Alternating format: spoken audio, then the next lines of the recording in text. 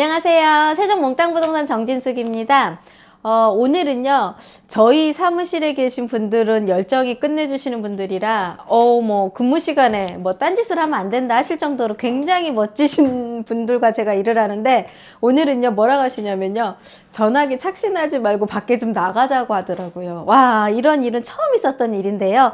이분들이 이렇게 말할 정도면 청약을 하는데, 오늘 도렌마을 13단지 중흥 그린카운티 특별 공급 청약을 받았습니다. 그 50세대 청약을 하는데, 물론 분양가가 낮아서 그랬는지는 모르겠지만 50세대가 청약을 하는데 문의가 너무 많았던 거예요. 그래서 전화가 사실은 어제부터 계속 폭주를 했습니다. 그래서 연락을 못 받은 분들도 있고, 연락을 다른 걸로 이제 저희가 업무가 마비가 될 정도로 일을 못했던 상황이었는데, 청약 경쟁 접수 현황이 특별공급 접수 현황이 떠요. 그리고 아마 지금 특별공급의 대상자가 되셔서 거기에 청약이 당첨되신 분들은 청약 신청하셨던 분들은 아마 문자가 갔을 것 같아요. 귀하께서는 도렌마을 그린카운티 13단지 아파트 청약에 당첨되셨습니다가 문자가 가지 몇 동 몇 호가 됐습니다. 문자는 가지는 않을 겁니다. 그래서 문자가 안 오셨거나 이제 청약 홈에 들어가셔서 확인을 해보시다가 없으시면 내일 꼭 1순위 청약을 넣어보시라고 제가 이 영상을 찍어드리고 있는 거고요. 한편으로는 제가 이거를 찍어야 되나 말아야 되나 고민할 정도로 청약 접수율을 보고서 기절했습니다. 그래서 세종이 집값이 떨어지네 하면서 지금 3억 떨어졌다며요. 저도 오늘 아침에 장시간 통화를 했는데 그렇게 계산을 하시는 분들한테 제가 청약을 이제 신청하신 분들이 가격이 떨어지면 어떻게 해요 하시는 전화가 왔을 때는 사실은 조금 답답하고 좀 화가 날 정도로 있어서 살짝 불친절하게 전화를 받은 부분도 있었는데 그 점은 진심으로 사과를 드리고요. 사실은 전화가 어제부터 계속 폭주를 하다 보니까 저희들이 똑같은 질문에 똑같은 상황을 자꾸 답변을 하다가 보니까 저희들이 조금 힘들었던 부분도 있었고, 회사가 전화를 안 받았대요. 그래가지고 저희들이 조금 많이 이제 전화를 받아서 대충 최대한 설명을 드렸는데, 접수 건수가 저는 진짜 이게 세종에 과연 접수하고자 하는 사람들이 이렇게 많았나 싶었는데, 세종시 사람들은 그냥 무난하게 접수를 했습니다. 특별공급 대상자들이 그렇게 많지는 않았을 수도 있고, 기본적으로 생애 최초 같은 경우가 가장 많은 17세대가 공급이 되기도 했었고, 근데 세종이 1126명이 생애 최초가 신청을 했다고 하면은요, 기타 지역에서는요 5366명이 신청을 했습니다. 와, 지금까지 집이 없었던 생애 최초 주택을 공급받기 위한 기타 지역 분들이 5366명에다가 세종시 1126명 하면 거의 한 6600명이 넘게 이 중흥 그린카운티 25평 아파트 청약을 했다는 게, 이게 결혼한 기혼 세대들로 청약이 접수가 된 거거든요.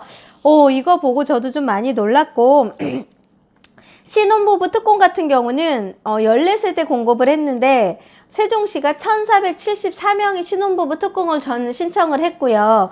기타 지역에서는 6847명이 신청을 해서 오히려 생애 최초보다 신혼부부 특공을 더 많이 신청을 하신 것 같아요. 근데 신혼부부 특공 같은 경우는 아직까지는 규제 지역에다가 여기는 민간 청약이 아닌 공공 청약으로 들어가다 보니까 추첨제가 없거든요. 그래서 결혼한 사람, 자녀 이런 분들한테 더 유리했을 텐데, 이분들이 특공을 갈지 신혼 특공을 갈지 고민을 하고 결정을 하셨을 텐데, 자녀가 없었던 분들이 생초로 갔을 거란 말이죠.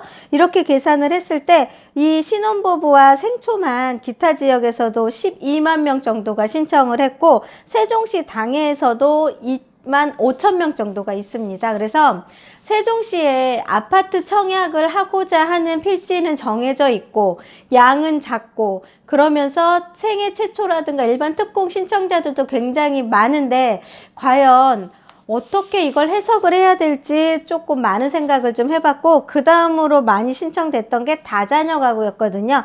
다자녀가 7세대 공급을 해주는데 당해에서는 252세대가 신청을 했고요. 1114세대가 신청을 했습니다. 그래서 이렇게 세종시에서 기타 지역이든 세종시 사람이든 전체 신청자 건수가 굉장히 많다는 건 무주택자도 많고 특별공급 대상자도 많고 많은 사람들이 신청을 하고 이렇게 아파트 가격이 떨어지는 지역이라는 인식이 돼 있음에도 불구하고 이렇게 청약 경쟁률이 높다는 이유를 어떻게 보시는지 한번 좀 지켜보자는 의미로 제가 이 영상을 찍어드리고요.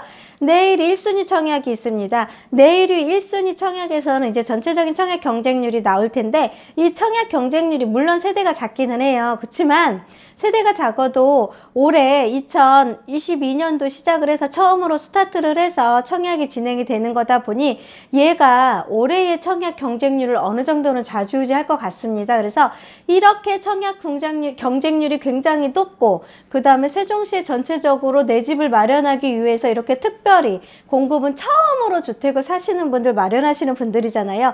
이런 분들이 여기 세종에다가 올인을 하고 또 심지어는 기타 지역에 하시는 분이 세종시보다 더 많은 분들이 청약을 하셨다는 거는 세종의 미래를 보고 청약을 하시지 않으셨을까 하는 생각을 좀 해봅니다. 그래서 세종시가 아파트 가격이 떨어져서 청약하시면서 더 떨어지지 않을까요? 분양 가격보다 이하가 되실까요? 이런 분들 전화는 조금 많이 오셨는데 자제해 주시고요. 경쟁률을 이렇게 보셨을 때 내일 청약이 또 1순위가 있으면 또 전화가 많이 올 텐데 이걸 보시면서 아, 내가 어떠한 전략으로 세종시 아파트를 집을 사야 될지, 내가 어떠한 방법을 가지고 여기 아파트에 청약을 넣어야 될지 이런 거를 좀 곰곰이 생각을 해보시고 오늘 그 중에 30% 전화는요. 제가 특별공급을 신청을 하려고 했는데 뭐 예치금이 못 맞췄어요. 뭐를 못했어요. 세대주 변경을 못했어요. 이런 분들도 미스난 부분 연락처도 굉장히 많이 왔거든요. 그럼 이런 분들은 과연 어디에다 청약을 넣으시고 이분들 이제는 다시 조건을 만들어서 조만간에 있을 엘리프 세종에다 넣으실 거잖아요.